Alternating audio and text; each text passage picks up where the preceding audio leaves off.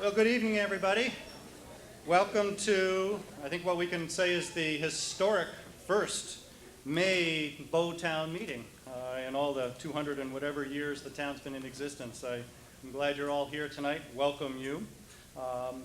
As we always start our meetings, we have I call the meeting to order, and then tonight we will have the benefit, the representatives of the local Girl Scout troops will be presenting our colors, including Ellie Hahn, Kristen Chulada, Allison Chulada, Samantha Foley, Kristen Bresson, Pinky Fleury, Megan Haley, Emily, Racino, Amanda Murray, and Abby Geik? Okay, I'm sorry. If I pronounce it wrong, Abby, I apologize. I should have practiced ahead of time. Please stand for the Pledge of Allegiance. Girl Scout attention, color guard advance.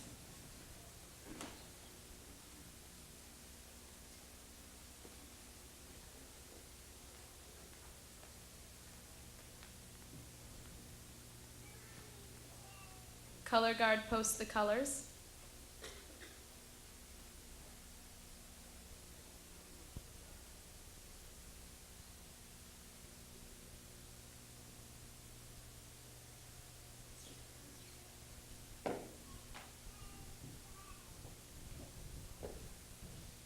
Please join me in the Pledge of Allegiance. I pledge allegiance to the flag of the United States of America and to the republic for which it stands, one nation, under God, indivisible, with liberty and justice for all. While you're all still standing, please remain while a group they asked to be introduced this way, so I'm going to do it. Incredibly fantastic Bow High School students will sing the national anthem for us.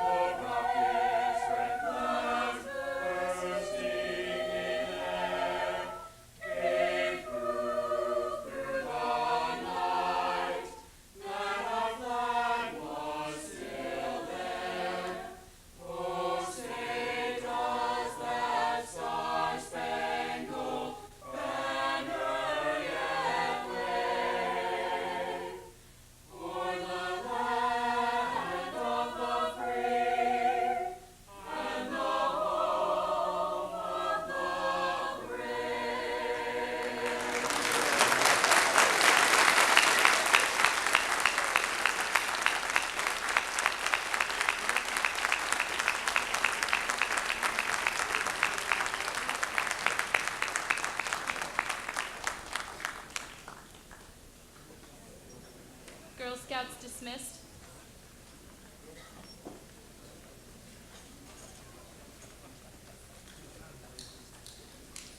I think the only thing that's missing is play ball, right? That's right. Before we get started with the meeting tonight, I'd like to take a moment to introduce the folks sitting at our head table here. And as you can see, rather than being on the stage tonight, because of this ongoing stage production, we are down in the pit, but we'll attempt to carry on. It works just fine. I think I've got the order correct here, but starting at the far end of the table from me, we have Selectman Eric Anderson, Isabel Sinclair, let's see. Oh, nope, they changed. Tom Fagan, sorry. See, I wrote it down so I wouldn't make any mistakes, and I made it anyway. Okay, Tom, Isabel, Harry Judd, Leon Kennison, Town Council, Sean Tangy, Jim Pitts, Town Manager, our Finance Director, Dawn Ouellette, and our Town Clerk, Jill Hadaway. And seated immediately to my right is our Technology Coordinator for the evening, Hannah Judd. She's going to keep me out of trouble, keep things on the screen the way they're supposed to, I hope. Last year, I think for the first time I did, and I want to do it again, to recognize two unsung heroes at these meetings every year. Two members of the Bow High School staff, Bob Jakes, who usually sits up in the booth in the back of the room and handles lighting and sound and various issues for us, and Dawn Tuttle, who's also a member of our maintenance staff, and she makes sure our tables are where they need to be, and the room is clean, and we have what we need. So Bob and Dawn, thank you very much.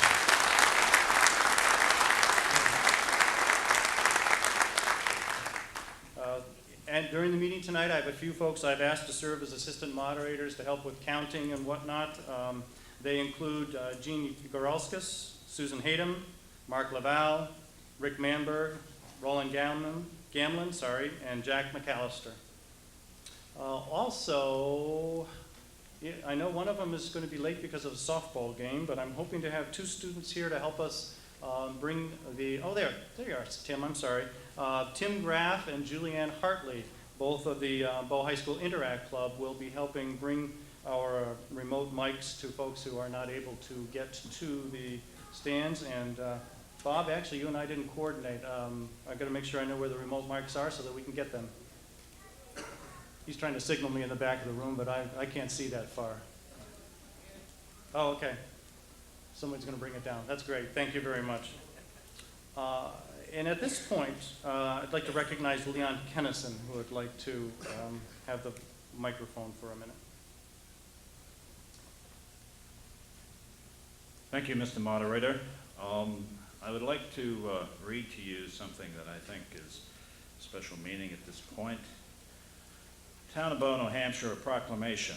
Whereas Isabel Sinclair has been a distinguished resident of the town of Bow for nearly 50 years, and where Isabel Sinclair has served as selectman since March 14th, 1997, serving as chair and vice chair, and whereas Isabel Sinclair gave selflessly of her time, knowledge, and experience for the betterment of the town and the citizens of Bow, and whereas Isabel Sinclair has served on numerous boards, commissions, civic organizations in the town, including the Planning Board, the Budget Committee, the Heritage Commission, Bow Young at Heart, and Bow Rotary, and whereas Isabel Sinclair has faithfully presented concern for the elderly and the very young in all matters considered by the town, and whereas Isabel Sinclair earned the respect of all citizens for her honesty and dedication to service, and whereas Isabel Sinclair personifies the best in volunteerism and leadership, and whereas the town of Bow is indebted to Isabel Sinclair for her long-standing dedication to making Bow the best place in New Hampshire to live, now therefore we, the Board of Selectmen of the town of Bow, do hereby proclaim the appreciation and admiration of the town for Isabel Sinclair's years of dedication to the town of Bow on this 10th of May in the year of 2006. Please stand.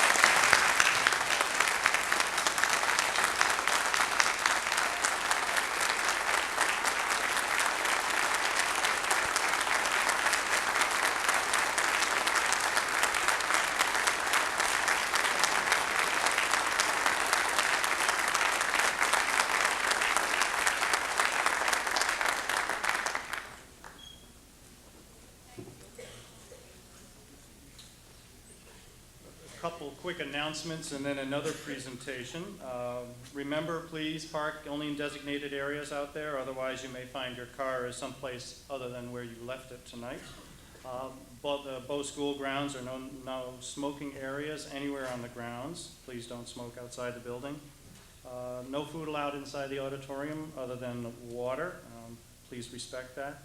We do have a non-voter section. It's, as I'm looking at it, the back right, or as you're looking at the stage, the back left of the auditorium. If you're not a voter, I'd ask you to sit in that section. I think some of you have asked, okay, if you're here with young children or here with a non-voter, For now, it might be easiest if you sat in that section, but Jack McAllister, one of my assistants, is back there, and to the extent you are a voter and you want to identify yourself to Jack so that if we have to do any counts, he knows to make sure that he counts you back there. We will take care of that.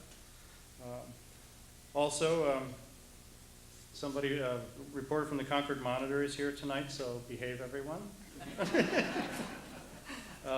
Next, I'd like to recognize Kirk Hemphill from the Bow Men's Club, who has a presentation, as the Men's Club does every year, of the Citizen of the Year Award.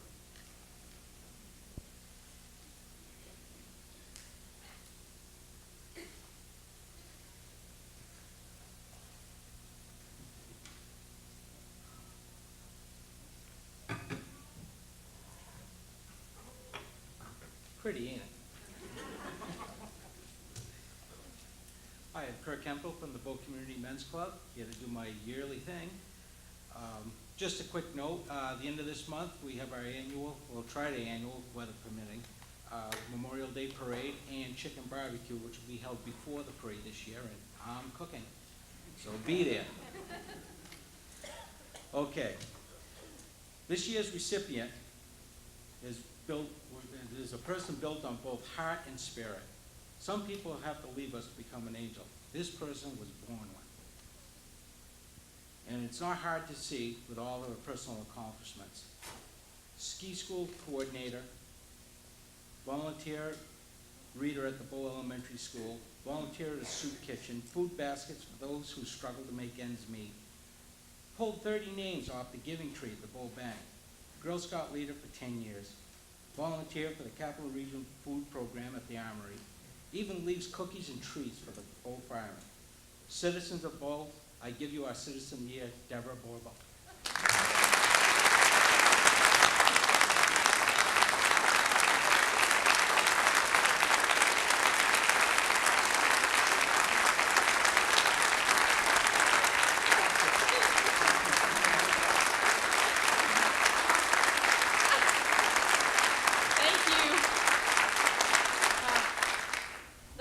Know me know I'm usually never at a loss for words, so thank you very much. I'm very, very honored. Thank you, Bow Men's Club, and thank you to all the citizens and residents of Bow, and the folks I work with both here at the town and at the Department of Health and Human Services, because without the support from my employers, I wouldn't be able to do the job that I do.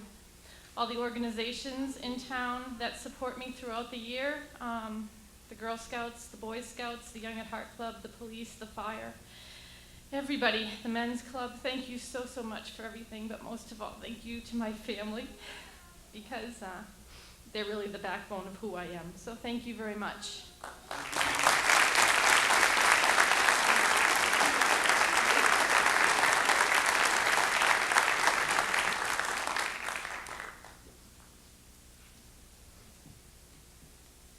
Jim Pitts reminded me that WKXL is also here tonight, and they're recording up in the booth with Bob Jakes.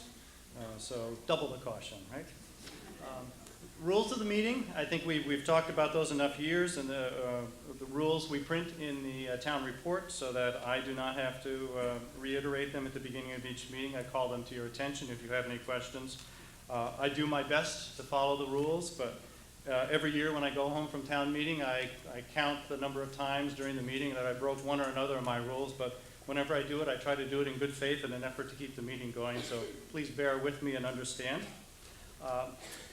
As the rules say, we start the meeting noting that we will finish by 11 o'clock. If we're not finished by 11, we'll adjourn the meeting unless the sense of those who are still here at that time feel that they want to keep working at the town's business at that time. We'll take a vote before we go forward. If we stop at 11 and haven't finished and need to move to another date, I have this hall auditorium reserved the night of Monday, May 22nd, to continue the meeting. In addition, if we have any motions to reconsider that have to be deliberated at a follow-up date, we will also use that night of Monday, May 22nd at 7 p.m. To take up that business. Jim Pitts has asked me to call to your attention as well these canary color, bright yellow color flyers that are still available, soliciting volunteers to help out in the event that we have a public health emergency at one type or another. I encourage you to grab a copy, review it, and if you're willing to help out the town in the event that we have a crisis in the future, Jim would love to have you fill out the form and turn it in. As always, I like to remind us that we are here today to take care of the town's business. It's a chance for all of us to get together, listen to one another, hear what we each have to say. And I've been reading the quote for the last few years, and I like it. I think it does the trick. It's from John Adams. He wrote it from the Continental Congress.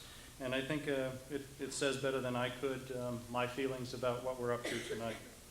And he said in this letter, "We may please ourselves with the prospect of free and popular governments, but there is a great danger that those governments will not make us happy.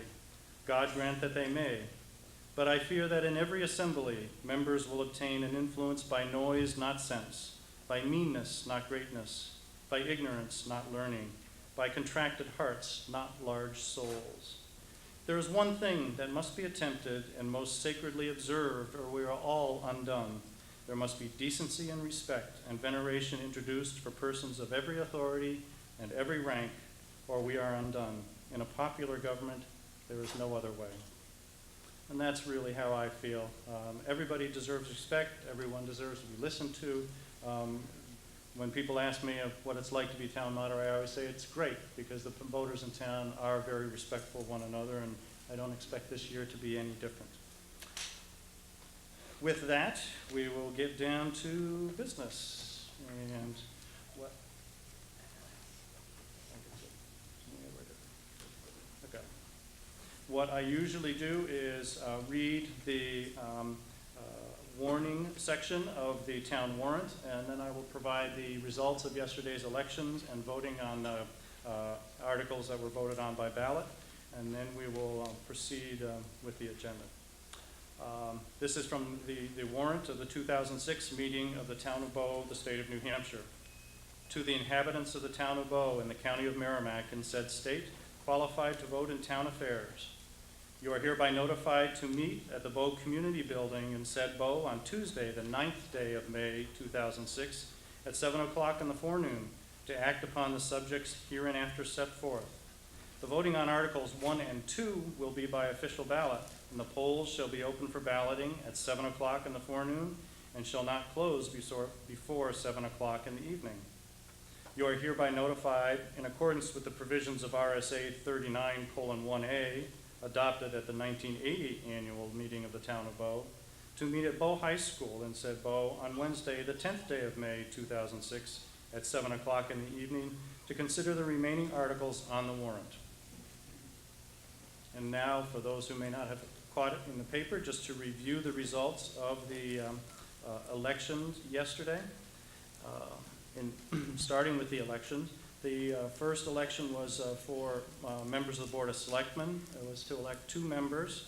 Eric Anderson received 828 votes, Jack Crisp 820 votes, Isabel Sinclair 683 votes. Eric Anderson and Jack Crisp were elected for 3-year terms. The town clerk tax collector, Jill Hadaway, ran unopposed and received 1,189 votes. For town moderator, I ran unopposed. I didn't do as well as Jill. I only received 1,161 votes.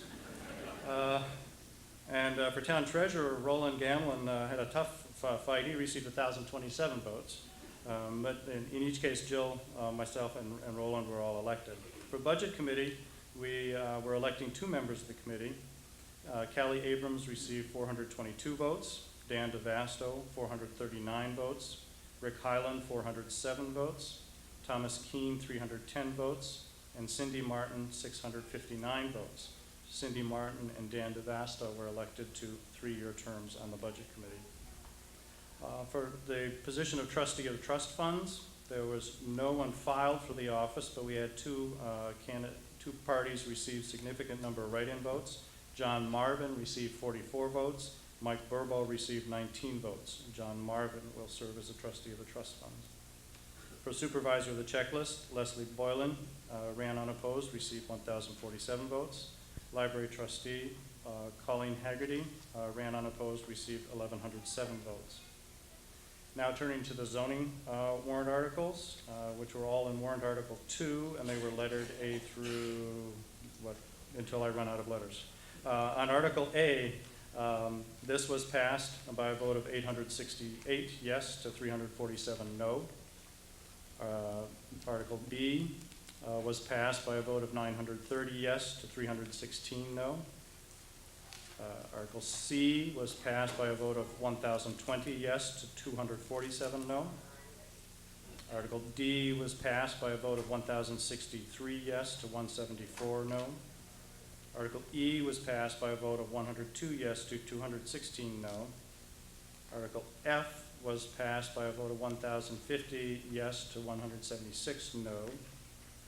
Article G was passed by a vote of 982 yes to 188 no. H passed by a vote of 1,060 yes to 145 no. I passed by a vote of 1,026 yes to 177 no. J passed by a vote of 969 yes to 221 no. K failed. It was defeated by a vote of 546 yes to 732 no. And finally, L passed by a vote of 655 yes to 622 no.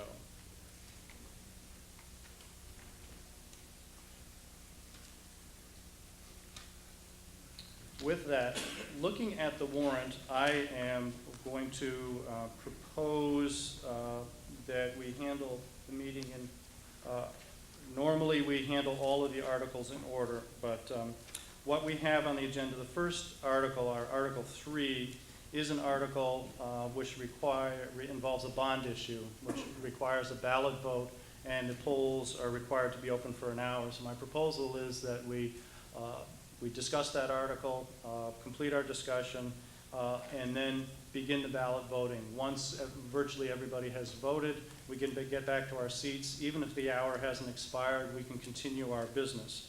At that point in time, I would propose that we bring Article number 28 to the floor at that time. Article 28 is the article relative to the sidewalk between the community center and the school. My reasoning for bringing it forward, this is the article that involved a lot of the hard work by Tessa Corsetti, who is here tonight, and rather than force her to stay here till 11 o'clock or 11:30 to talk about her article, I think it's appropriate to let her speak, deal with the article, and send her home to do her homework. After we finish that article, we'll move on to Article 4, the budget article, and then take the rest of the articles in order.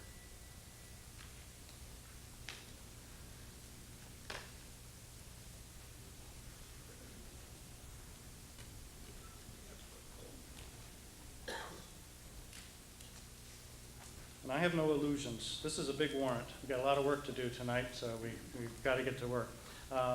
We will follow our usual format. I will introduce the article. I'll read it. I will seek a motion and second. More often than not, I get my motion and second from members of the Budget Committee sitting down right in front of me, or the members of the head table. Then I will recognize one of the members of the Board of Selectmen who will introduce the article, or if it's a petitioned article or a special article, particular party in interest, after which we will have open discussion.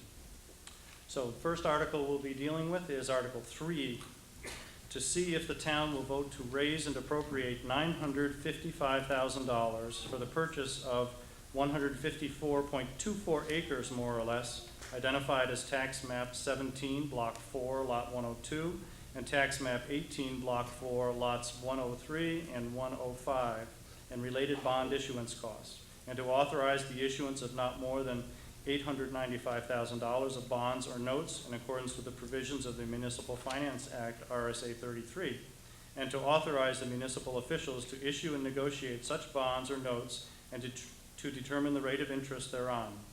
The balance of $60,000 to be provided by the Bow Conservation Commission.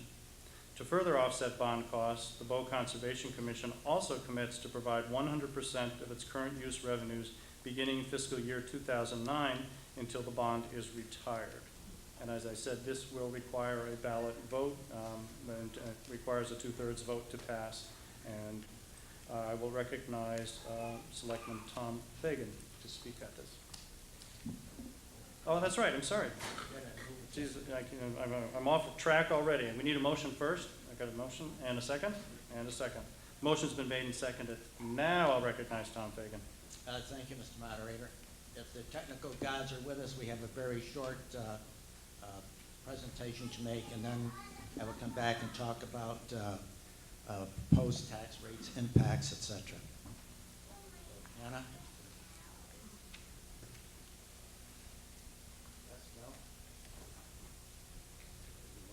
Yesterday?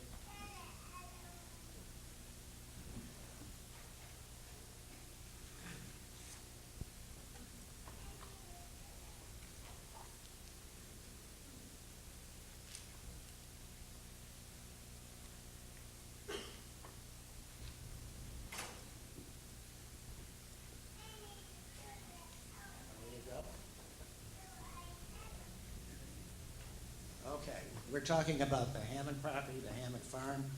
It is located off Dunbarton Center Road and Brown Hill Road. The background, slide number 2, please. The background in this piece of property that it is a parcel or parcels totaling 154 acres of fields, forests, streams, wetlands, waterfall, and stone walls. The purpose is to protect the land for multiple uses, especially for recreation, timber harvesting, hay production, water quality protection, wildlife habitat, and to protect the rural nature of Bow. Where is the Hammond Farm? The red circle indicates where the property is. As you will see to the, as you are looking at it, it would be to the left is the upper part of Brown Hill Road. The red road is Dunbarton Center Road. With all deference to Paul, you can spot the entrance on Dunbarton Center Road by the barn that's kind of fallen down there. That marks the frontage on Dunbarton Center Road. There is also a frontage on Brown Hill Road. You'll also note that just almost adjacent is the Walker Forest, which is runs down past Vanguard Drive, and that circle down below there is the Hampshire Hills development. So we have some pretty much contiguous land that is already under easement. You have the next slide, please. This gives you another perspective. The orange is the parcel itself. You can see now where it comes out onto Dunbarton Center Road, and also there is access to Brown Hill Road into that parcel. Why preserve this land? Protects Bow's rural character and balance with development, recreational use today and in the future, a valuable wildlife habitat. Please notice the bear markings on the picture there. So we do know that there's wildlife there. Important land connections is it connects with recreational trails, wildlife movement, and nearby protected lands. It has been in the same family for 200 plus years. Why do this now? It adds open space in a part of Bow with less protected land. It protects valuable land from costly development. Residential developments cost Bow's money for services and for schools. When people ask me of what it's like to be town moderator, I always say it's great because the voters in town are very respectful of one another, and I don't expect this year to be any different. With that, we will get down to business. And what? Okay. What I usually do is read the warning section of the town warrant, and then I will provide the results of yesterday's elections and voting on articles that were voted on by ballot, and then we will proceed with the agenda. This is from the warrant of the 2006 meeting of the Town of Bow, the State of New Hampshire. To the inhabitants of the Town of Bow in the County of Merrimack in said state, qualified to vote in town affairs. You are hereby notified to meet at the Bow Community Building in said Bow on Tuesday, the 9th day of May 2006, at 7 o'clock in the forenoon, to act upon the subjects hereinafter set forth. The voting on Articles 1 and 2 will be by official ballot, and the polls shall be open for balloting at 7 o'clock in the forenoon and shall not close before 7 o'clock in the evening. You are hereby notified, in accordance with the provisions of RSA 39:1A, adopted at the 1980 annual meeting of the Town of Bow, to meet at Bow High School in said Bow on Wednesday, the 10th day of May 2006, at 7 o'clock in the evening, to consider the remaining articles on the warrant. And now, for those who may not have caught it in the paper, just to review the results of the elections yesterday. Starting with the elections, the first election was for members of the Board of Selectmen. It was to elect 2 members. Eric Anderson received 828 votes, Jack Crisp 820 votes, Isabel Sinclair 683 votes. Eric Anderson and Jack Crisp were elected for 3-year terms. The town clerk tax collector, Jill Hadaway, ran unopposed and received 1,189 votes. For town moderator, I ran unopposed. I didn't do as well as Jill. I only received 1,161 votes. For town treasurer, Roland Gamlin had a tough fight. He received 1,027 votes. But in each case, Jill, myself, and Roland were all elected. For budget committee, we were electing 2 members of the committee.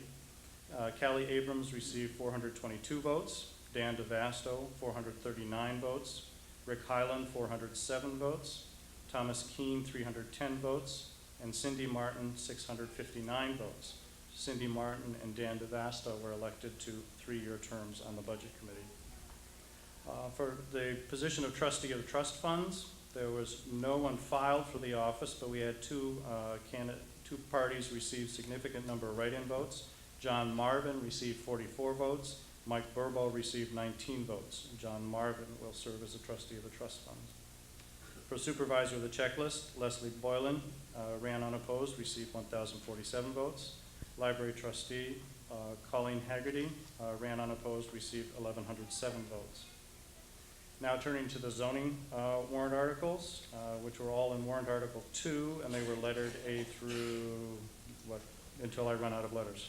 On Article A, this was passed by a vote of 868 yes to 347 no.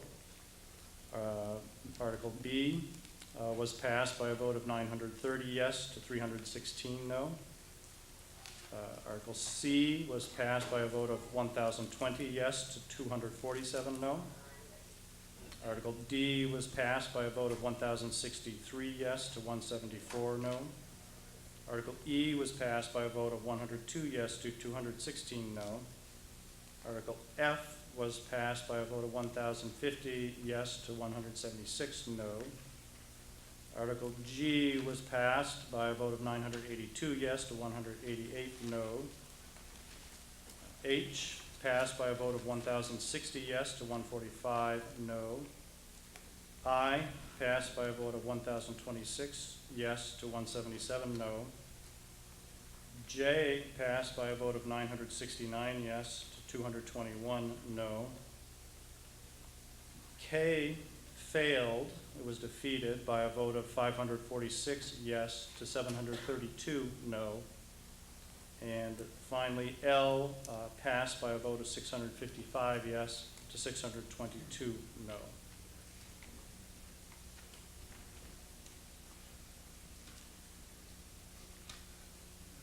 With that, looking at the warrant, I am going to propose that we handle the meeting in, normally we handle all of the articles in order, but what we have on the agenda, the first article, our Article 3, is an article which involves a bond issue, which requires a ballot vote, and the polls are required to be open for an hour. So my proposal is that we discuss that article, complete our discussion, and then begin the ballot voting. Once virtually everybody has voted, we can get back to our seats. Even if the hour hasn't expired, we can continue our business. At that point in time, I would propose that we bring Article number 28 to the floor at that time. Article 28 is the article relative to the sidewalk between the community center and the school.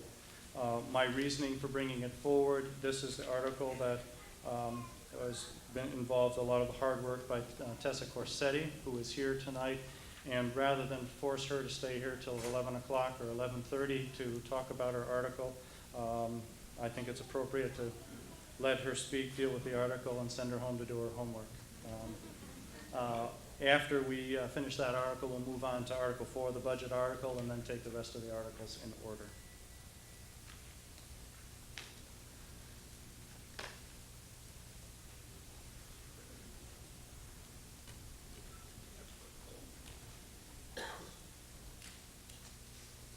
And I have no illusions. This is a big warrant. We've got a lot of work to do tonight, so we've got to get to work. We will follow our usual format. I will introduce the article. I'll read it. I will seek a motion and second. More often than not, I get my motion and second from members of the Budget Committee sitting down right in front of me, or the members of the head table. Then I will recognize one of the members of the Board of Selectmen who will introduce the article, or if it's a petitioned article or a special article on a particular party in interest, after which we will have open discussion. So the first article we'll be dealing with is Article 3, to see if the town will vote to raise and appropriate $955,000 for the purchase of 154.24 acres, more or less, identified as Tax Map 17, Block 4, Lot 102, and Tax Map 18, Block 4, Lots 103 and 105, and related bond issuance costs, and to authorize the issuance of not more than $895,000 of bonds or notes in accordance with the provisions of the Municipal Finance Act, RSA 33, and to authorize the municipal officials to issue and negotiate such bonds or notes and to determine the rate of interest thereon. The balance of $60,000 to be provided by the Bow Conservation Commission. To further offset bond costs, the Bow Conservation Commission also commits to provide 100% of its current use revenues beginning fiscal year 2009 until the bond is retired. And as I said, this will require a ballot vote, and requires a 2/3 vote to pass. And I will recognize Selectman Tom Fagan to speak at this. Oh, that's right, I'm sorry. Jeez, I'm off track already. We need a motion first. I got a motion and a second, and a second. Motion's been made and seconded. Now I'll recognize Tom Fagan. Thank you, Mr. Moderator. If the technical gods are with us, we have a very short presentation to make, and then I will come back and talk about proposed tax rates, impacts, etc. Anna? Let's go.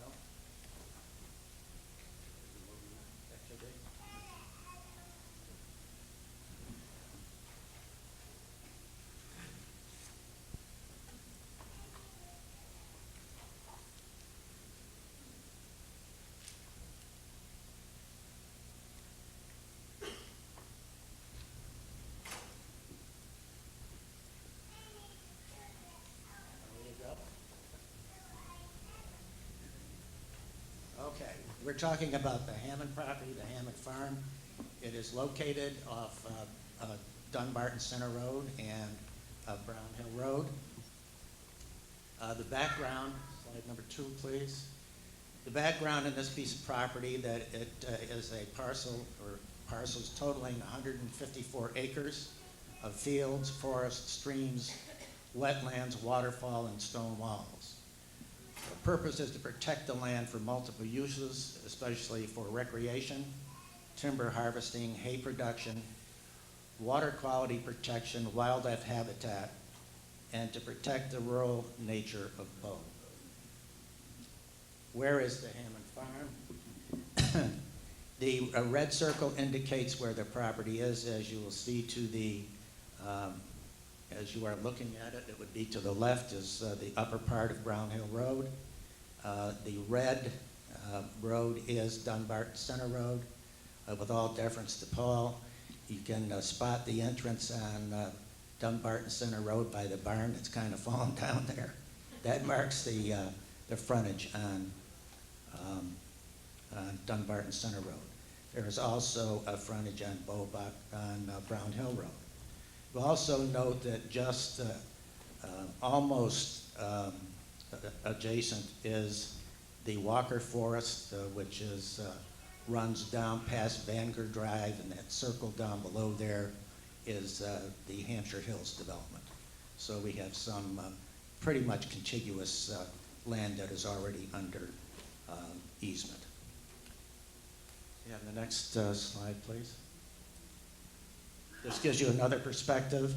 The orange is the parcel itself. You can see now where it comes out onto Dunbarton Center Road, and also there is access to Brown Hill Road into that parcel. Why preserve this land? Protects Bow's rural character and balance with development, recreational use today and in the future, a valuable wildlife habitat. Please notice the bear markings on the picture there. So we do know that there's wildlife there. Important land connections is it connects with recreational trails, wildlife movement, and nearby protected lands. It has been in the same family for 200 plus years. Why do this now? It adds open space in a part of Bow with less protected land. It protects valuable land from costly development. Residential developments cost Bow's money for services and for schools. This warrant article is recommended by the selectmen, by the Budget Committee, and by the Conservation Commission. Conclusion, it's an important opportunity now to purchase this valuable land to enhance Bow's open space and rural nature, while also providing important connecting corridors for recreation and wildlife. Open space reduces tax rates in the long term and saves the town money in the face of ongoing development. Thank you. I'll give you some more details. The agreed purchase price is $945,000. The remaining $10,000 that appears in the warrant article is to pay for bond counsel and fees associated with the sale of the land. The amount of the bond will not exceed $895,000, as the Conservation Commission will contribute $60,000. The actual cost of the bond cannot be determined until the time of sale. However, if the sale were to be held today, the rate of interest would be approximately 4.5%. The first payment on a 10-year bond would be approximately $140,478, due in August of 2007. The amount due would decrease every year thereafter until a final payment of $94,050 in August of 2016. The total amount of interest paid would be approximately $235,000. A 10-year bond using today's current tax rate and the current situation as we know it would be about 16 cents a thousand. And on a $30,000 house, that would amount to $48. And that is then the highest principal and interest payment. I'm sorry, 300,000. Whoa, a little decimal point problem.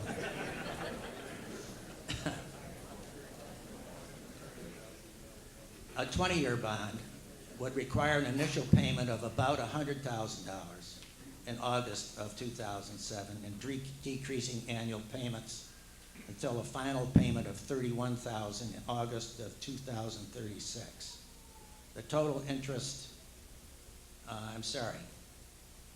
final payment of $47,250 in August of 2026. The total interest paid would be about $487,000. The impact using the current tax rate would be 12 cents a thousand. $300,000 assessment would cost you $36 in the first year.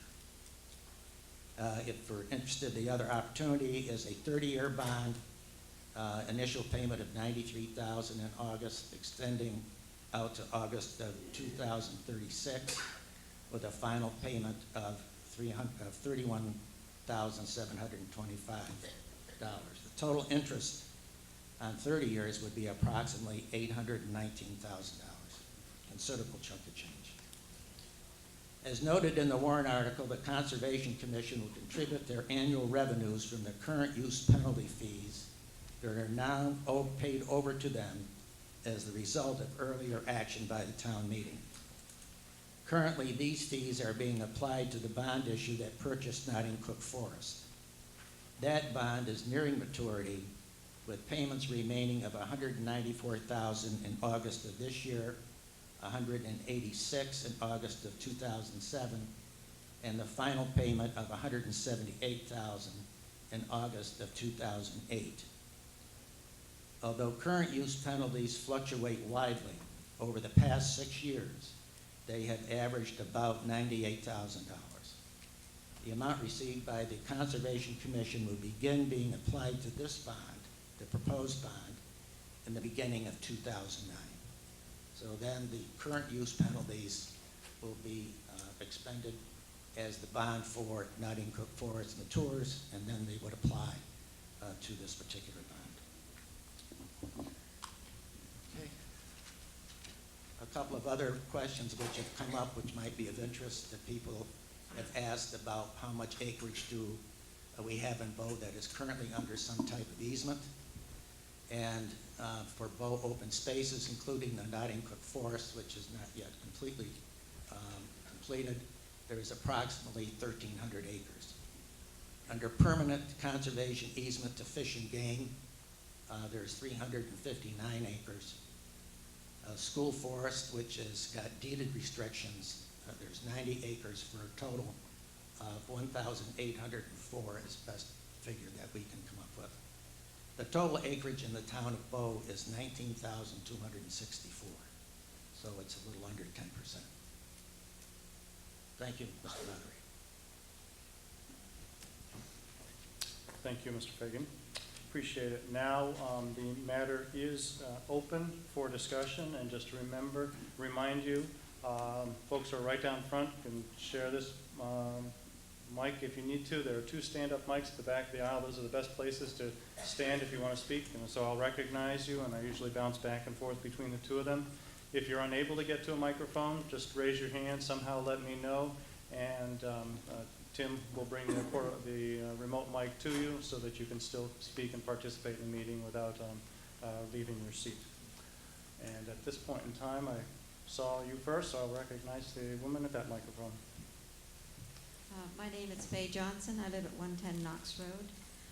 I am a legal secretary. I have worked for land protection attorneys for over 10 years, so I'm familiar with the way land is protected. I support land protection. I have some questions, though, and a couple of concerns. One is, I know that this came in at the last minute. Negotiations were finished at the last minute. But I think other pieces of property are out there, and people will be bringing them in. And I hope that we would have an opportunity to have an informational hearing ahead of a town vote when something like this comes up. So we have an opportunity to talk about it, to see a little more about the land, to hear a little more about the negotiations. As you know, there's a big difference between the value of developable land and conservation land. And having worked in it, I just appreciate informational meetings ahead of time. The other problem that I have, and I had it with Notting Cook, but I have it even more with this one, is restricting all of our land use change tax ahead of time. It makes it impossible to have any money to act when something comes up that needs to be taken care of immediately because it's all committed ahead of time. I also feel that since we cannot commit it until 2009, we don't even know what situations will be like in 2009 and what other kind of land might be available that needs to be protected at that time. And I myself would prefer to not restrict this until 2009 comes up and the land use change tax is even available. If it takes a 20-year bond, then you're committing our land use change tax until 2029, or a 10-year bond, 2019, before there would be any land use change tax available to use for anything else. And those are my comments on it. Okay. Mayor? Yes. Okay. Harry. Okay. This is live. Couple of things. One, can people hear me? Okay, thank you. If you remember, last year we started a fund for use by the town to acquire land when things came up that were unexpected. And we're going to be asking the town to continue to build that. We're not unmindful of that. In addition, your suggestion of more information is a valid one, and I can tell you that we will try to do that. You're absolutely right. This came up at the 11th hour. The other thing that I think you might be interested in knowing is that the Board of Selectmen decided to form a subcommittee to plan for open space in the community. And that is a long-term plan for where it would be, what would be in conservation, how it would be held in conservation. And you can expect that certainly by next town meeting, we'd be reporting back to you with a long-term plan so that it is mapped out where the community's going, whether it's a wildlife corridor, greenbelt, whatever is the right thing. So it is not just some sort of scattered, unplanned activity. So your concerns are shared by many, and they've been brought to us before, and they're going to be addressed. Gentleman at this microphone. John De Silva. I live at 43 Grandview Road. I think it's a worthwhile cause to go ahead and preserve open space such as this, but for the fiscal reality of spending close to $1.2 million or greater, I think we'd be better off served as a community to use that amount of money to invest in upgrading our infrastructure that we have already, such as the community center, the fire station, areas like that, because we have a lot of population coming in, aging population, and to spend $1.2 million to protect stone walls, I think we're better off investing and upgrading the infrastructure that we have in place right now. Thank you. Yes, ma'am. I think one of the things that hasn't been mentioned to date, and you talked about infrastructure and value, if this property were to go onto the development market, and this is part of the appraisal of this property, we could expect probably another 50 to 60 single-family homes to be developed in that very vicinity. So, along with the services that the town would have to provide. So I think as we're thinking about other infrastructure investments, we also sometimes need to think about preventing the need for some of those. The gentleman at that microphone. Hi, John Martin. I live at 96 Woodhill Road. And I have to say that the fiscal reality of this is $955,000 for this, plus there's $100,000 coming up in a later article for land and conservation. That's well over $1 million. Now, if you want to restrict growth in town, I believe that's, we don't have any trouble voting for zoning amendments on the warrants, and I don't see why we can't do that. They keep saying 50 to 60 homes. I haven't seen a layout of that, but I'm sure there's probably wetland, there's unbuildable land in there. And if you want, you can always restrict it in other ways. But spending $1 million, and I'm glad nobody said it was a drop in the bucket this time, it's the reality of that is a little extreme for the town at this time. I think we can do better, and I don't think we should be spending this kind of money. Especially since they just said we already own almost 10% of the land, the town land. I really don't think that there's any point to the town being the largest landowner in town. Thank you. This microphone. I want to put in a good word for buying the land.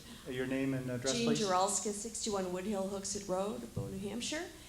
And one of the things I love about living in Bow is the wild spaces and the fact that, you know, there are bears and there are raccoons and moose and deer. And the more we build up houses, the less room that they have to roam. And so we're going to lose a lot of our wild turkey and our deer and our bear population. And so I love having them around. And I've just seen it in my own neighborhood as we build more places there, that the foxes are, you know, getting hit by the cars. And so I'd like to have more of the land saved while we're building homes elsewhere. And this microphone? Cindy Martin, 31 Heidi Lane. I guess if I'm paying for the land, am I going to be able to take my snowmobiles, ATVs, pedal bikes, and everything else out in the land? Or is that going to be restricted also? Can one Yeah. of the selectmen answer that? Okay, Leon, thank you. Yes, Mr. Moderator. It would be certainly the board's intent to manage this property that would allow recreational uses on that property. Will that be There in are writing? already a number of trails, logging roads developed that will continue to be used and be open to the public today. It could be closed because it's privately owned. Thank you. And this microphone? Hi, I'm Bob Lux. I live 7 Allen Road in Bow. I'm an ardent supporter of open space. I've been actually working on mapping Nottingham Forest for the last year. And for those who don't know it, that is one treasure that this town has, but this town needs many more treasures.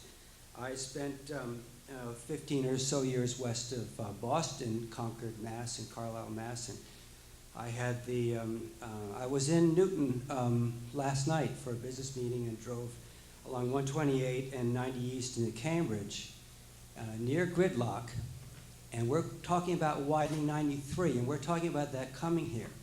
We're talking about big box stores and Hooksett, we're talking about sprawl. And before I heard the nice presentation I heard up front there about this forest, I wrote this thing here. New Hampshire is small and still bucolic and personal. That must have a lot to do with why we live here. That is not where runaway development takes us. Development eventually ceases to be progress. It can be destructive. It is irreversible. Who wants burgeoning sprawl, traffic congestion, light pollution, macadamization, more speeders and tailgaters, increasing roadside rubbish, more crime, greater demand for expensive community services? An enlightened approach is to buy land, as much land as possible, to preserve open space, retain bucolic character, and maintain habitat for the usually ignored wildlife. We've done that in the whole history of North America. Open space does not require increased services or lead to increased crime. As well as habitat, it provides necessary peace and solitude for all.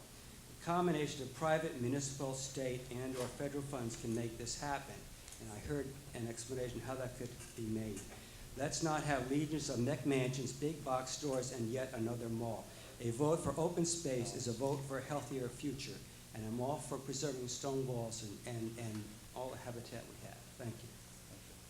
Before you leave the mic, sir, the clerk didn't get your name. Could you just give us your name and address again, please? Bob Lux, 7 Allen Road. Thank you very much. Appreciate that.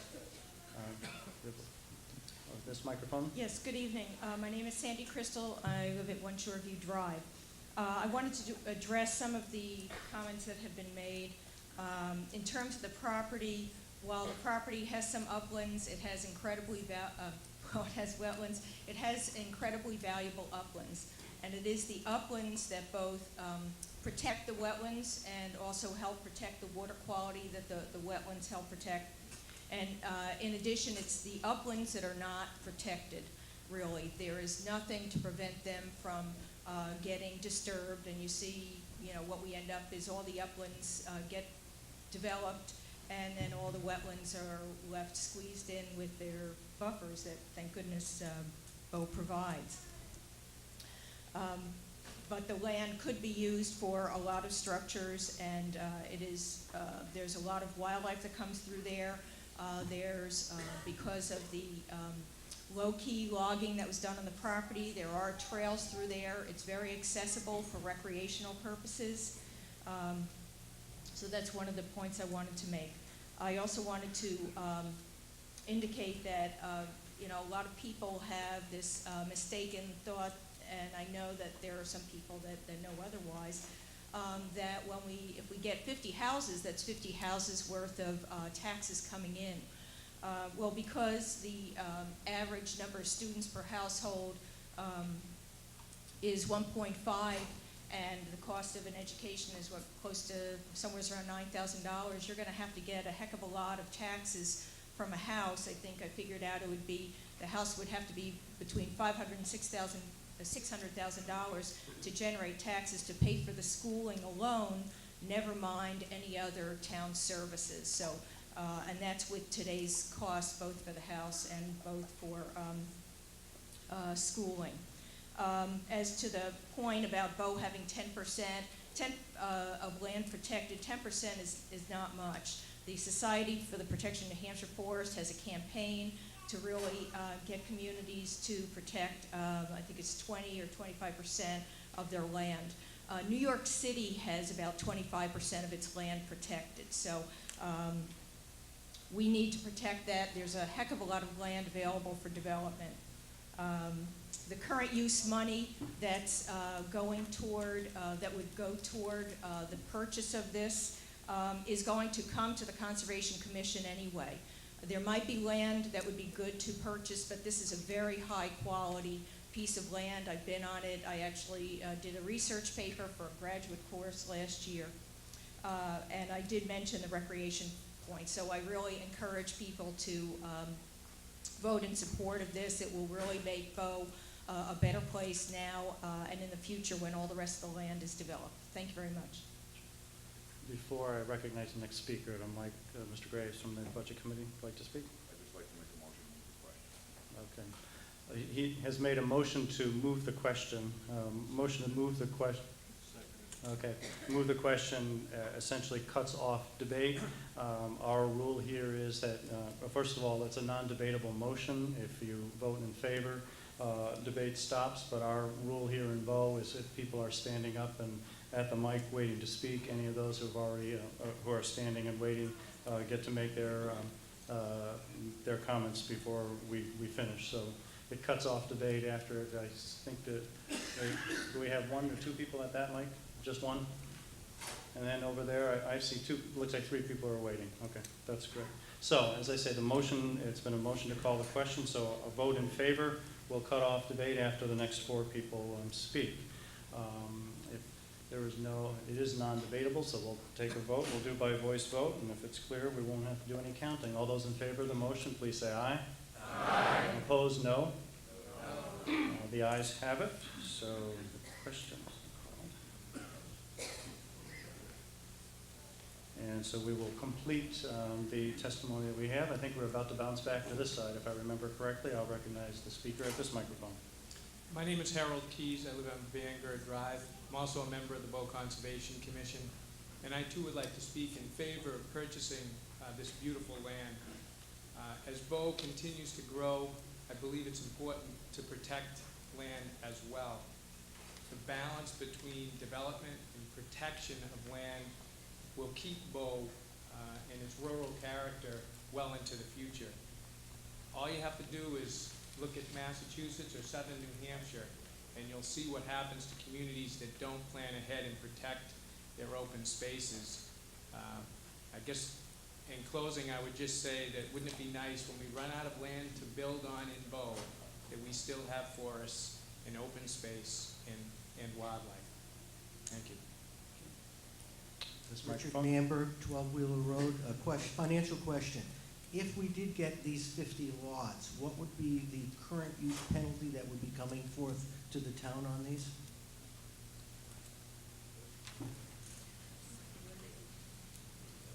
Someone have an answer to that question? Rough terms, up to $15,000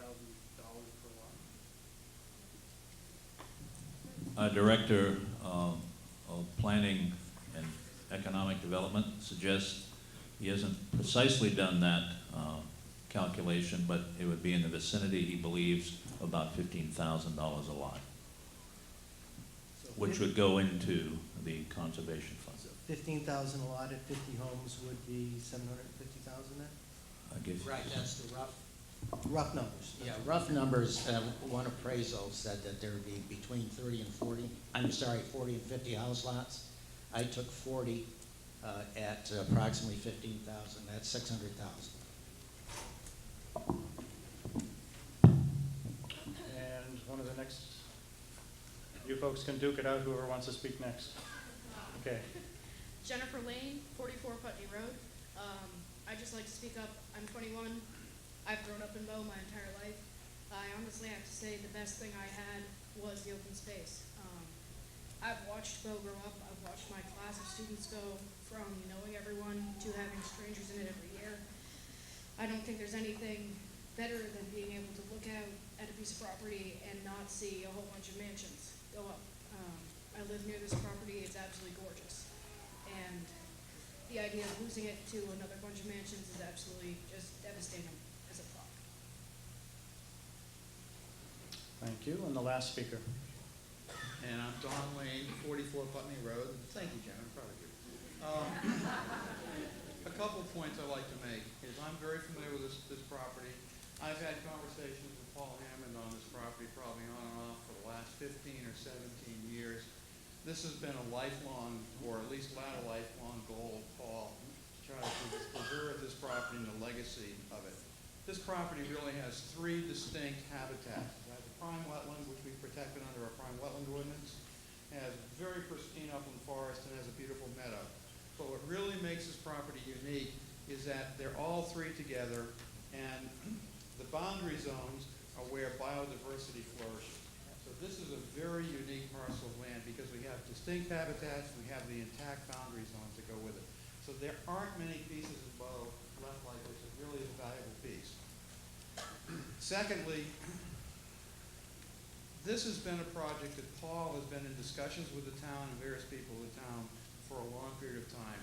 This has not been something that's come up in a hurry. The negotiations have been on and off actively for about the last 3 years. And this is a gentleman who spent his entire life in Bow. His family's been here 200 plus years.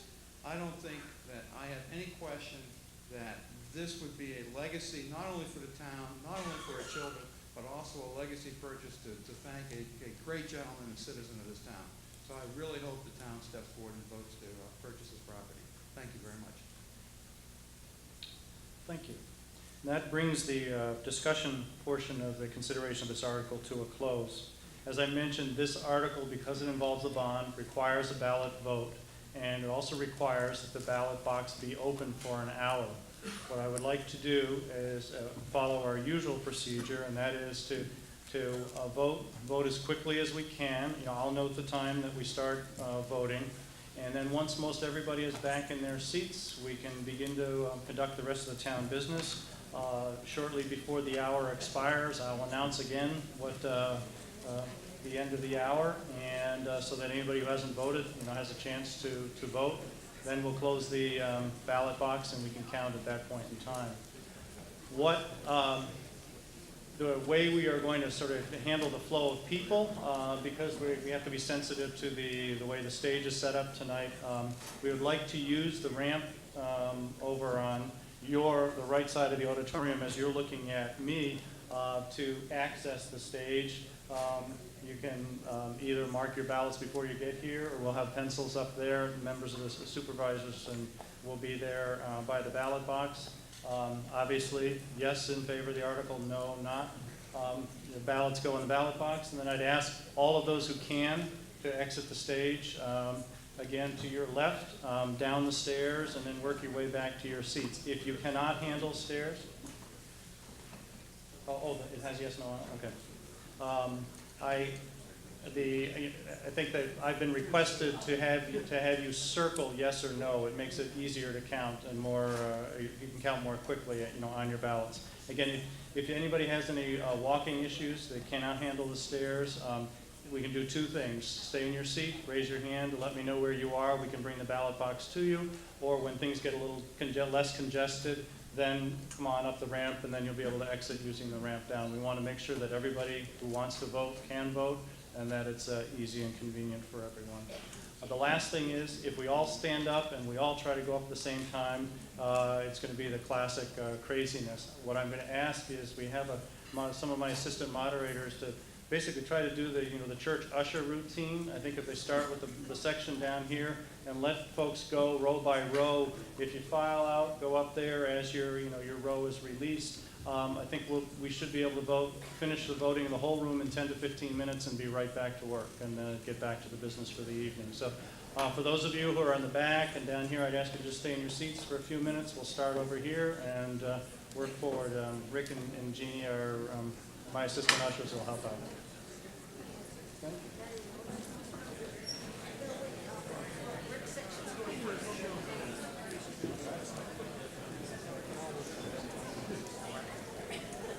Bob, would it be possible to get a little bit more light on the stage, just so people can see when they're walking?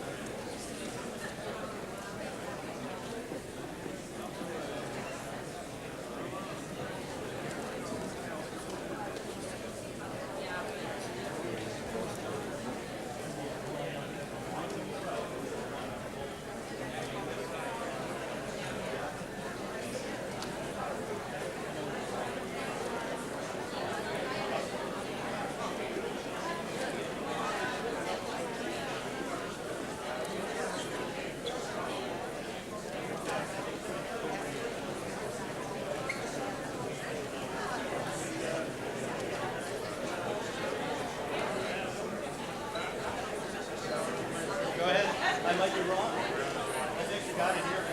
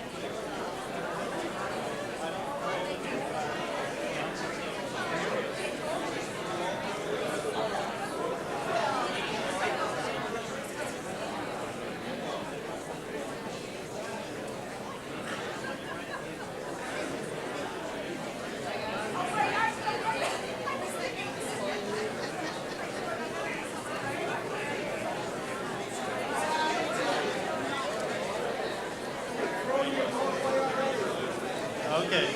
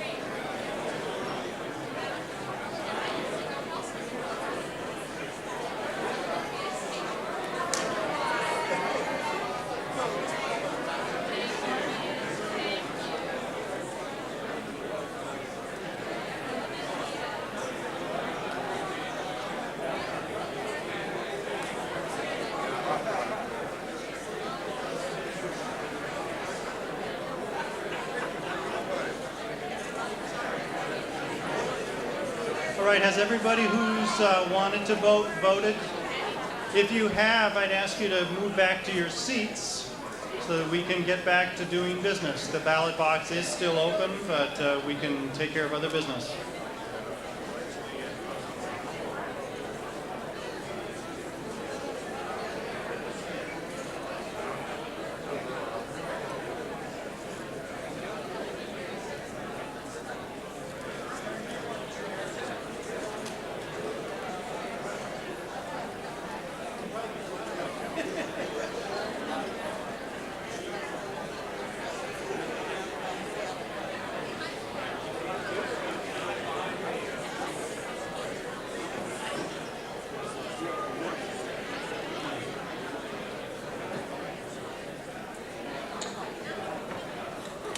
That's okay. I said we're supposed to be friendly and get along, but let's not overdo it.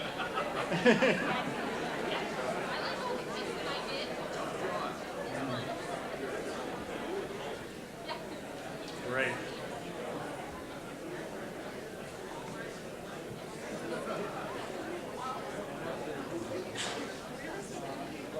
They're going to do it just before the budget.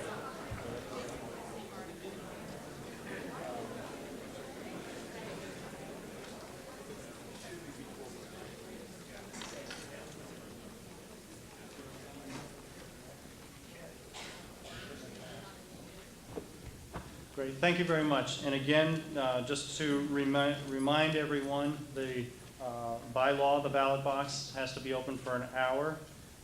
I looked at my watch, not the moment we opened it, but a few minutes after. I noted it as 8 o'clock, and so I'm going to keep the ballot box open till 9 o'clock on my watch. So if anybody comes in, anybody hasn't voted, you can still go up onto the stage and vote, but we will continue doing town business at this point in time.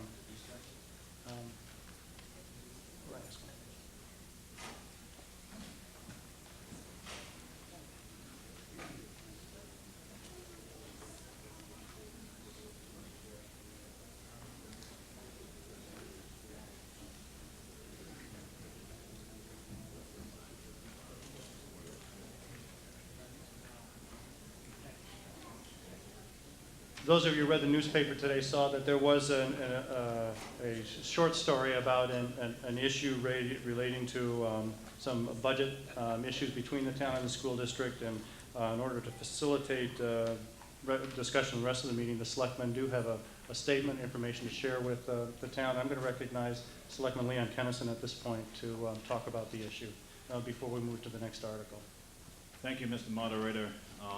There was an article in today's paper which summarizes a sort of a late discovery on the part of some of our finance people, and raised some questions that we wanted to clear with our colleagues on the school side, and today we did that, and I would like to read a statement that we agreed to as a result of our meeting. And it goes like this. A meeting was held this morning with town and school administrators and elected officials. The purpose of the meeting was to review the circumstances which have led to the town having a revenue shortfall of $430,928 in its current fiscal year. After reconstructing the sequence of events that led to the revenue shortfall and reviewing actions and decisions that were made on information available at the time, and this goes back a couple of years, covering the time period of 2 years, it was determined that no one individual or organization was knowingly at fault for the revenue shortfall. A series of checks and balances have been put into place to prevent further problems of this nature. It was also determined that there needed to be more frequent and open communications between the town and school administrators, as well as the elected officials. And Warren Fargo and I agree on that wholeheartedly.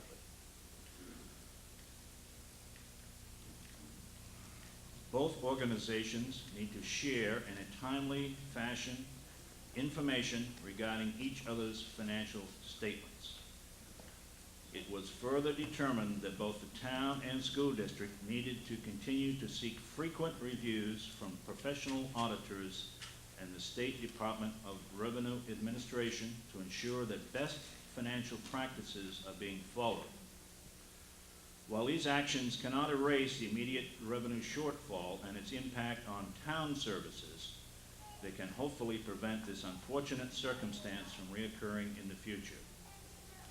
Over a period of time, several different parties involved, some technical misunderstandings, a word as simple as raise in town vernacular means one thing, in school vernacular another, was not caught by DRA, and it led us mutually down a road that essentially a refund check was double counted, and our taxes this year were reduced by $430,000 more than really should have been. Had we known a little bit more about it at the time, some corrections could have been made last fall when the tax rates were set. We have, in fact, agreed on some relatively simple exchanges of information, and we feel reasonably comfortable that from now on out, we will not have these sorts of surprises. Because we are winding up the fiscal year, the school really doesn't have a heck of a lot that they can do. It falls pretty much to the town to essentially curtail expenditures. The select board and the manager did not want to extend anything into another tax year, as our surplus is already towards the lower end of the range acceptable to DRA, and therefore we want to mitigate the shortfall for the duration of this fiscal year. Mr. Moderator, I'd be pleased to answer any questions, but hopefully that was pretty sufficient. Though this is not a particular warrant article, I think it is a timely topic, and I think it's appropriate to have questions asked and answered at this point before we address other spending articles tonight. I would recognize anyone who wishes to speak on the issue. Yes, sir. Paul Roy, 42 Woodhill Road.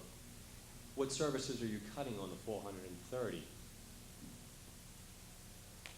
Excuse me while I find the paperwork, and I'll give you an idea of what we're doing. Summary of the cuts or adjustments that are being made by the town through June. A total hiring freeze has been imposed, and no vacant positions will be filled until July 1. Quite often done at a number of organizations when we have such events. This will include vacancies in police dispatch, public works, and the cemeteries division. All training for employees has been suspended until July 1. Scheduled attendance at conferences has been canceled. The paving of Dunbarton Center Road has been deferred. Pavement striping will be deferred till the new fiscal year. And only purchases of supplies, equipment repairs, and contracted services essentially to daily operations until July 1st will be approved.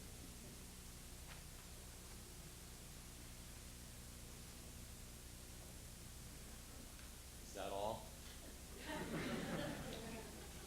I mean, this is being a former budget committee member.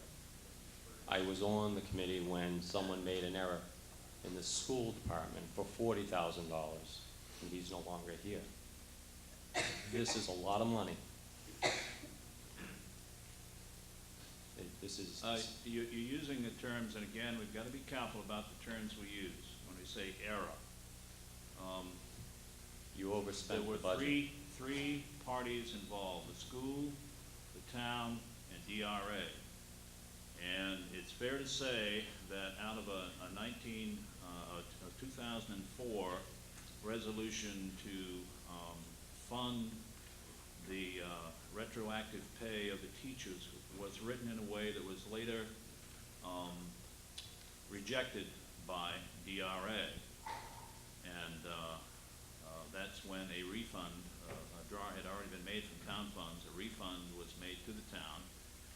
But it was not realized because of the communication gap and the lack of realizing what raise means to town, that got put on the books so that this last tax setting, it was used as a revenue item. Now, I don't want to, Paul, get into this very deep because it gets very convoluted and very technical.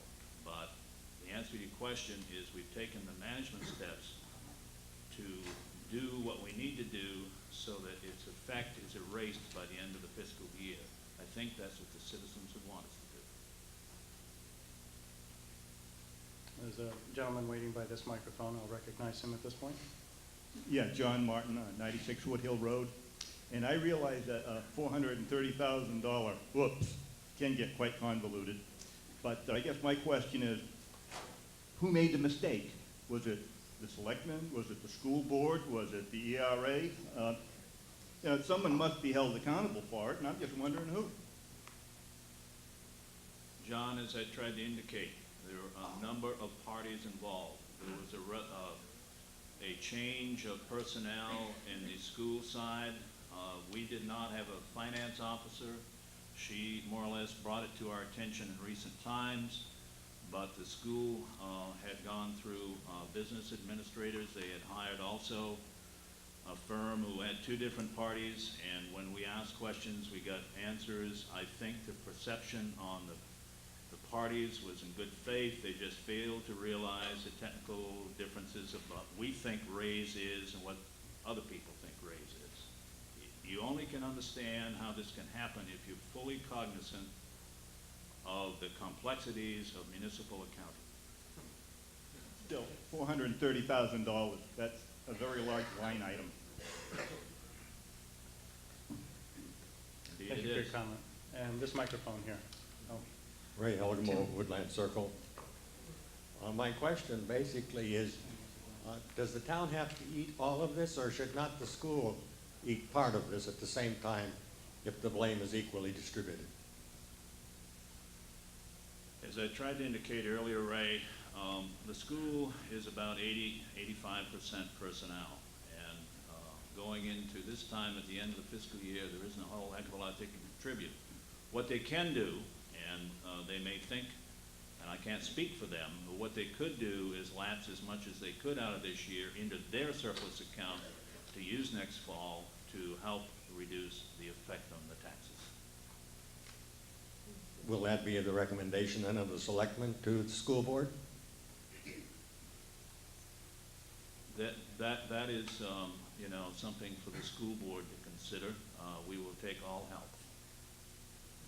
My question was, will the selectmen make that proposal to the school board? I cannot tell you that now. Well, let me know when you do, please. Okay. You'll probably read about it. Mr. Fargo from the school board is here. He has his hand up. He perhaps can add to it and help answer that question. My name is Warren Fargo. I happen to be the current chair of the school board. And in response to that question, I think that the meeting that we had this morning was a mutually agreed upon set of standards that we looked at, reviewed, and think are appropriate.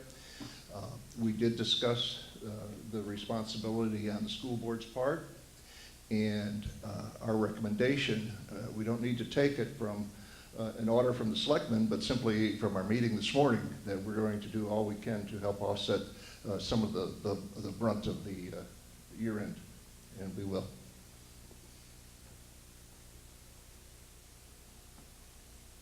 Okay, and the gentleman here, yes. Oops. All right. Is there a switch on that mic? Perhaps you have to turn it on to.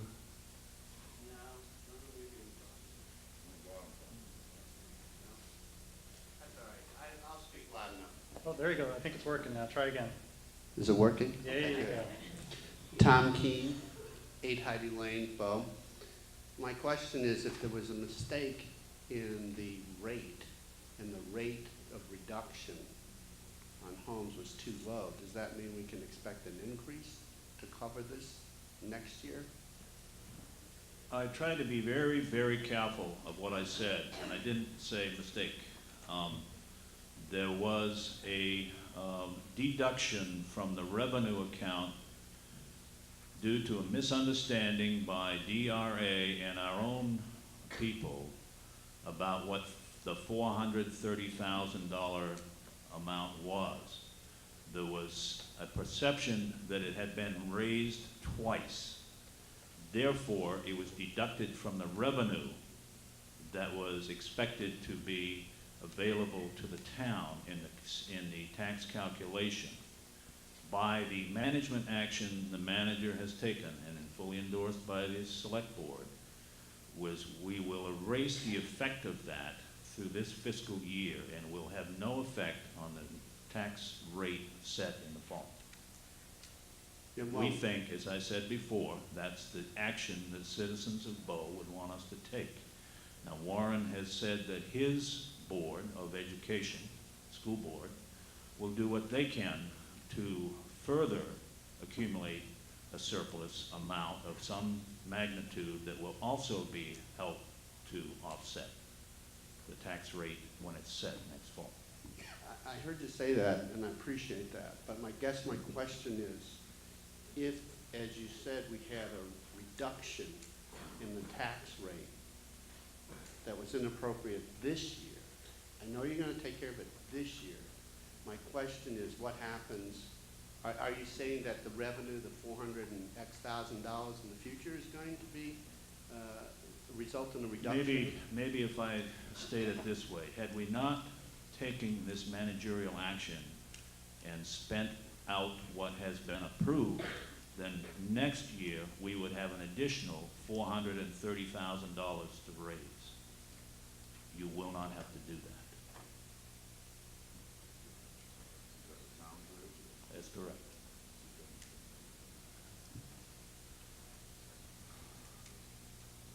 Does raise mean tax? I usually associate that with, you know, a warrant article says raise $450,000. Raise and appropriate.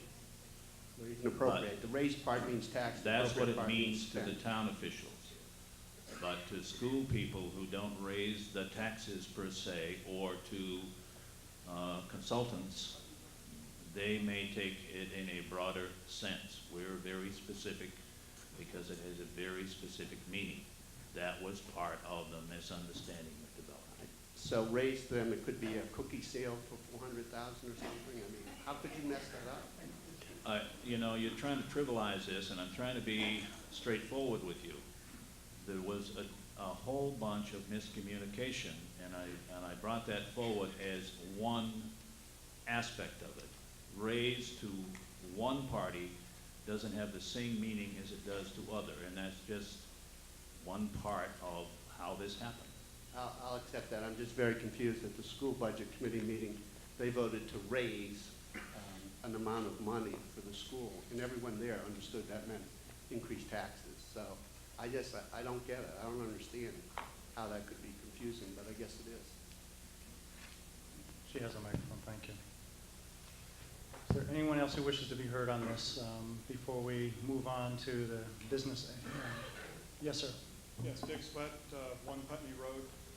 Leon, I think what people are asking is, are the mitigating procedures that you've taken by the end of this fiscal year going to eliminate that $430,000 deficit, or will there be some left over that will be added to our tax base next year to pay for that? I've been trying to say, I guess not appropriately enough or not accurately enough, we're erasing the effect of that $430,000 shortfall over the next, essentially, from now to the end of June.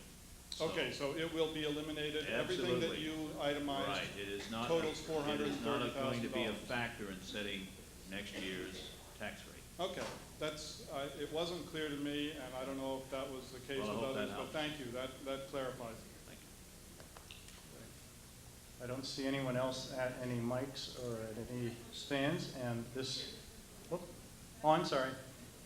One more person.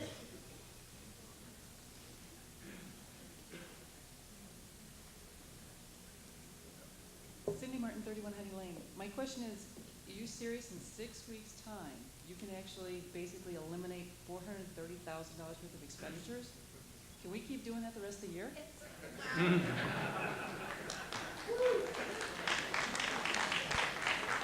When you set with us for the next 3 years and begin to see our budgets, you'll understand how we can do that. And it is primarily because we aren't scheduled out like the schools. We have a lot of seasonal activities, such as paving, road painting, lots of materials that are purchased only during the construction season, if you will, because we can only use them then. So therefore, those types of things, in addition to holding any vacancies until after July 1st and those sorts of administrative opportunities are things that are available to us that are not available to the school. Now, it isn't without pain, and the town employees have been soldiers to do without complaining. I'm sure they don't feel good about it, and I'm sure there's lots of things they would like to continue to do that they do in their usual good fashion, but like good soldiers, they have responded to the manager, and they understand the necessity of working this situation out.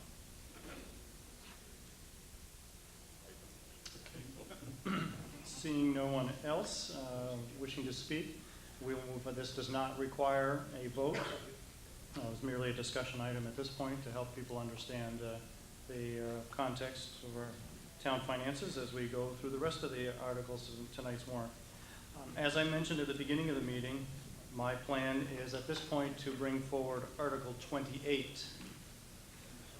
And I will do so. Article 28 reads, to see if the town will vote to raise and appropriate the sum of $138,000 for the purpose of designing and constructing a 5-foot wide asphalt sidewalk from the Bow Memorial School down the west side of Bow Center Road to a point across from the end of the sidewalk now existing at the Bow Community Center, with a crosswalk connecting thereto, a distance of 1,850 feet, more or less.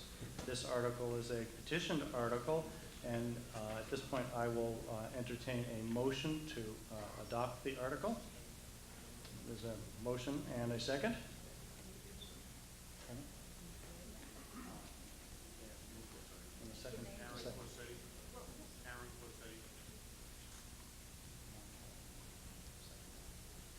And at this point, while normally with the more usual warrant articles, I recognize a member of the Board of Selectmen. In this case, since it's by petition, I will recognize Tessa Corsetti. And again, as our rules say, normally voters don't address, non-voters do not address the meeting except in special circumstances.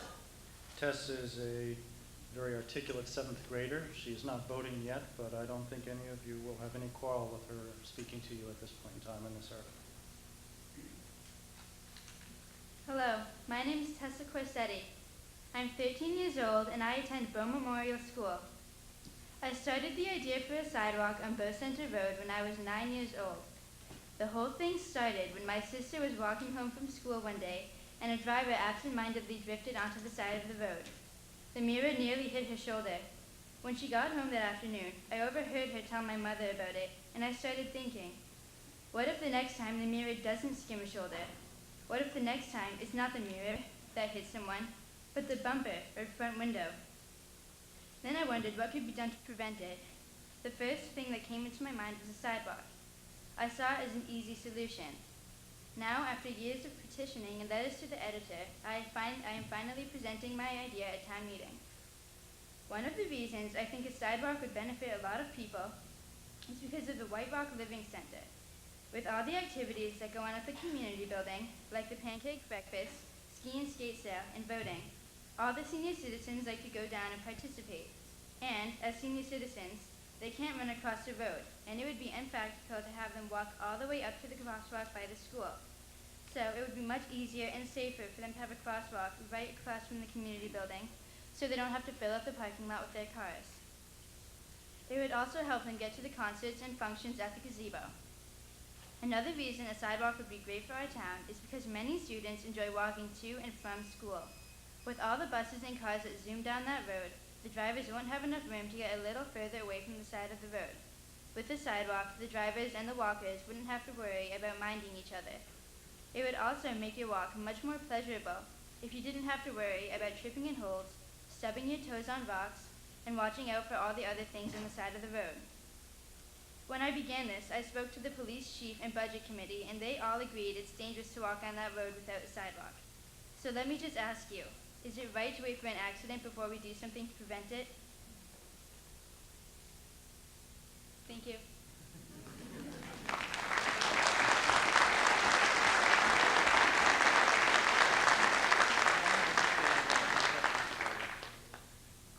Before I have Tessa sit down, does anybody have any questions for her? And of course, she'll be happy to answer any questions even after she sits down. Okay. So, you can sit down and call you up if you need to. Thank you. Does anybody wish to be heard on this article, Article 28, relative to the sidewalk?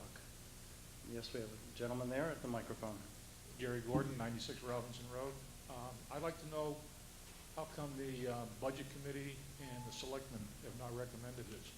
Because I remember when I was on the Budget Committee, we wholeheartedly endorsed it. Okay. Question, would a member of the Board of Selectmen like to address the question? Then a member of the Budget Committee, I guess, is probably the appropriate way to answer that. From the Select Board side, there were, it does show that we were unanimous in opposing at this point. Number one, we knew we had some other expenditures coming this year and thought it could be accomplished perhaps in another year. I led a discussion where I thought as the article is written, it says on the west side, and frankly for technical reasons, of maintenance, construction, and really safety, I believe, and I think my colleagues agreed that it should be on the east side. As it's written, we were again in that fashion. Would a member of the Budget Committee like to address the question as well?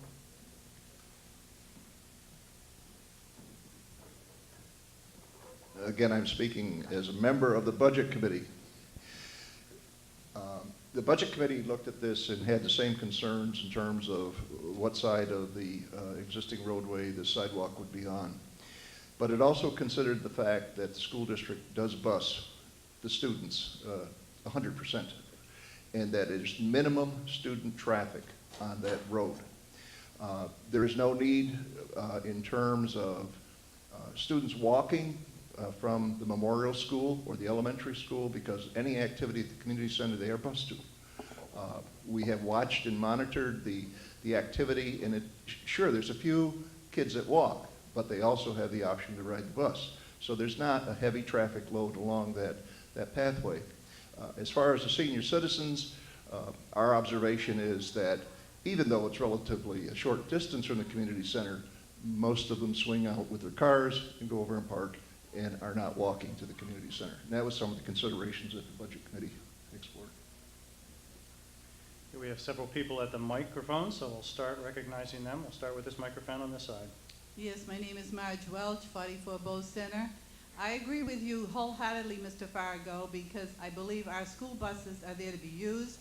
We're spending a great deal of money for the usage of them, and I believe that our students should be using them more than they are. And I understood here, of course, that it does say where the Board of Selectmen were 0 to 4, and at that point not recommended by the Budget Committee either, which they have explained. But I am definitely against this, and I feel that we are spending a great deal of money this evening as it is, and I think this could be put off entirely.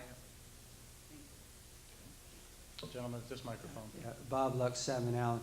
I drive right by that school 5 days a week at commuting time and 5 days, coming home. I never see anybody walking along the road. I guess I can understand from all the traffic. I think a path could be made by volunteers. That Nottingham Forest has miles of paths made by people. The path could go straight down the school driveway and behind that White House and into the woods, and probably link up with a path by the pond there. And people could have a nice walk in the woods, and it could be done at next to no cost. It could be done by volunteers. And again, I'm against macadam, so I think it could be much more creative and actually cost next to nothing. This microphone. Stephen Buckley, 28 Brown Hill Road. I was going to propose an amendment to pay for this out of the unencumbered budget surplus for this fiscal year 6/30/06. But I guess there isn't any more money left if we're using that all up to take care of this other problem we have. But I just want to be clear about that point. I talked with the manager, and I understand that as of June 30/06, there will be an unencumbered budget surplus on the town side of $1.8 million. Is that correct, or that's what it would be expected to be? That's what it was as of the last audit. The amount of the surplus is only determined once a year by the auditor. Okay, so even taking into account the measures you're taking with regards to the money, $430,000, which is either a deficit or an error, whatever you want to call it, is it expected nonetheless that the surplus, 63006 surplus, unencumbered surplus, will be about $1.8 million, or can you give us any idea what it will be? I think I, first of all, feel very comfortable in predicting to you that at the end of this particular budget cycle, when we get audited, the amount of surplus is not going to be very large. It doesn't, almost doesn't sound on, but the other thing to keep in mind is that the state of New Hampshire's guideline for all municipalities for what's appropriately titled retained fund balance is 5% of, in essence, the operating budget of both the town and the schools combined, and a couple of other things. That retained fund balance that we have right now is right at that 5% minimum. The Government Finance Officers Association recommends an 8% minimum and a 17% maximum. And we're not even up to their minimum at this point. That retained fund balance is kept for emergencies such as the one we're just experiencing. Another way of dealing with the other item you just discussed, which would have been perfectly legal, is for us to go ahead and spend to the amount that was appropriated by the last town meeting, and any shortfall in the revenue, the Department of Revenue Administration would have simply applied money out of our fund balance to cover it. But we're going to be probably selling at least one bond this next year, depending on how this vote goes. Two, the town's bond rating is affected by how healthy its retained fund balance is. We're looking ahead. We're trying to make sure that we look good to Moody's or any other bond rating company that will come in here and take a look at us. So we're dealing with it in a very short 6 weeks period. But I have to say that unlike some past years, there's not a lot in the retained fund balance to use for anything other than its intended purpose as a retained fund balance right now. So I'm not going to muddy this debate by making that motion to amend. So I'll just say simply, having been on the planning board, having been involved somewhat in the planning for the town center, I think at some point we have to look at the attributes of our town center. Some of those attributes have been built by volunteers. Some of those attributes have been built by the town. The town center is getting better and better every day.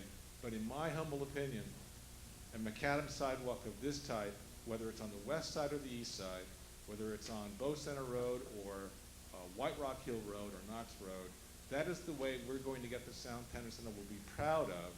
And that is the way we're going to get a town center that people will turn our community into a walking community. I spent a lot of time walking on our roads recently, and it's dangerous. And I have to wear reflective clothing to do it. And I'd like to see the center of Bow to be a walkable community. And I think this would be one giant leap forward. And I would urge everyone to support this article. Thank you. The gentleman at this microphone. Aaron Corsetti, 23 Huddy Lane. Kind of in line with what Mr. Buckley was saying, if you think about what everybody's been discussing tonight about why we live in Bow, one of the most important character attributes that Bow has is the rural sense of community that we all hold very dear. And looking at our own downtown, and I live very close to it, a mile from the schools, it is basically in kind of disarray, and it's fractured in my opinion. We don't even have our own post office, and there's really no sense of cohesion from a town center standpoint. I think, and to address the Budget Committee members' concerns about their observations, if you ever tried to walk that road and took that dare, good luck to you. That's why people don't walk it, because they are afraid. So to say that their observations are nobody uses it, so why do we need it? Well, it's a chicken and egg thing. I mean, it would tie the community together. The White Rock people, I think, would really, really appreciate it. They may not drive so much and maybe live a little longer if they walked a little farther. And henceforth, so would the rest of the town maybe catch their breath and slow down when they came to the center of our town and saw a nice, curb and sidewalk with people on it. They may just slow down a little bit and remind themselves why they live in New Hampshire. So as far as, you know, the rural character of the town, we want to spend $1 million to save some stone walls and stuff, which I'm certainly in favor of, but the center of our town needs a little help too, and it needs to let people know that it is the center of our town, and it's where people come together for the sense of community, and this would greatly, greatly enhance that.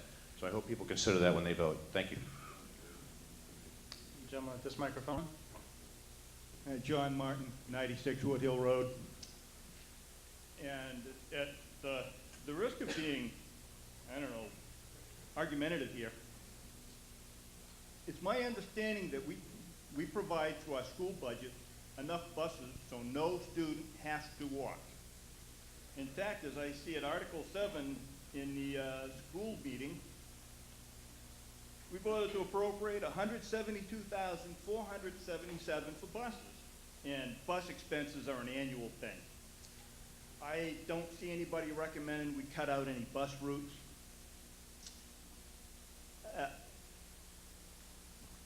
So all I can see is this thing is going to turn into Pandora's box. First off, you put a sidewalk in. Now the kids have to get across the street, so we're talking crossing guard. I guarantee you we're going to talk crossing guard. And then somebody's going to say they don't pay attention to the crossing guard. Now we're going to be talking traffic lights. And we're going to have a traffic light in front of the school, and then White Rock's going to say, hey, seniors need a traffic light too. Now we're going to have 2 traffic lights. What's that going to cost? You know? Absolutely right. Welcome to Concord. You know, that's the rural character of Bow. You know, we don't have traffic lights. As far as I understand, we only have 4 streets, and everything else is a road. So, you know, see, I'm sorry the kids don't like to ride school buses. You know, when I was in the Army, I really hated to walk. That was part of life. And $138,000, you know, again, we're talking another, how much you added on to the tax, you know, the tax rate. We're spending too much money. And the reason why I live in New Hampshire is for its state motto, live free or die. Are you waiting to speak at this microphone? Yes, I recognize you. Yes. My name is Kathleen Beanie. I live at 6 Bow Center Road, White Rock community. We enjoy it very much. A lot of us pick up our children, grandchildren, at the Memorial School, Grammar School. A lot of us like to walk. We did start walking, but the traffic was too bad. We thought it was fantastic when that little doll came out with that suggestion 2 years ago. We probably didn't support her enough. My suggestion is maybe to help with the appropriation of funds. You could contact the heads at White Rock. I'm pretty sure we could get a petition going to help defray the expenses of the sidewalk. They are putting in sidewalks at White Rock. Maybe you could get them to just go across the street with the truck and run it up. You know, it might help. And they will, this is ongoing at White Rock right through the summer. They are putting up some more cottages. So possibly this thing with the seniors and with our baby boomers, who I know would love this too, that they could be able to walk. There are some bicyclists that do come up and down, and maybe it'd be easier. I've seen a lot of people walking. Somebody mentioned they didn't, but there's a lot of hours in between going to work and 5 o'clock at night. And we did try, but we couldn't walk on that road. And we'd like to pick up our grandchildren and walk them back with us, also alleviate the weight gain that's going on with kids. And that's it, but I'm for her. There's one more person. Oh, okay. I don't think you need. I recognize the speaker on this side. Hi, my name is Janice Brunel, Pepin Drive. What I'm hearing is that just because we have school buses, our children have to ride them, and then we're changing the food in the vending machines so our kids don't get fat, and they only have 20 days of gym at the Memorial School. I think any chance that we have to get our kids out walking, anybody, any age, is a great idea. I'm just upset, a little upset that we didn't get that sidewalk when they built White Rock. But that's said and done, I am very much for the sidewalk. I think anything that would make us look like a downtown would benefit us. And you know, I came in here against the first proposal, listened to everybody and thought, you know, okay, I do want Bow to be a nice community, to have woods, and I voted for that, even though I came in saying no. I'm listening to this and I'm thinking, you know, we need more than just a bandstand to make a Bow Center. And I think the sidewalk would be a great asset to our town and help the kids get a little bit more exercise than they're getting now. Thank you. Thank you. Looks like we have one more speaker on this side, and Hi, my name is Sandy Crystal. I live on One Sherby Drive. I would like to, I guess, raise a few points, some of which have been somewhat mentioned before. First of all, if anybody was at the school district meeting earlier this year, you know there was quite a bit of discussion about school buses and where school buses take children when they were talking about the potential for that daycare center across the street and how the buses would go, and that the buses couldn't take kids to the scout meetings or the community building, and actually there were some that were and some that weren't. But anyway, there were reasons for the children to need to get to the community building. It's not just walking home. So there are reasons. We should encourage the use of a community building and the kids to have activities there. We have a recreation department that probably contributes to that as well. I think, as was said before, we need to encourage walking. I do walk on the road. My husband and I were there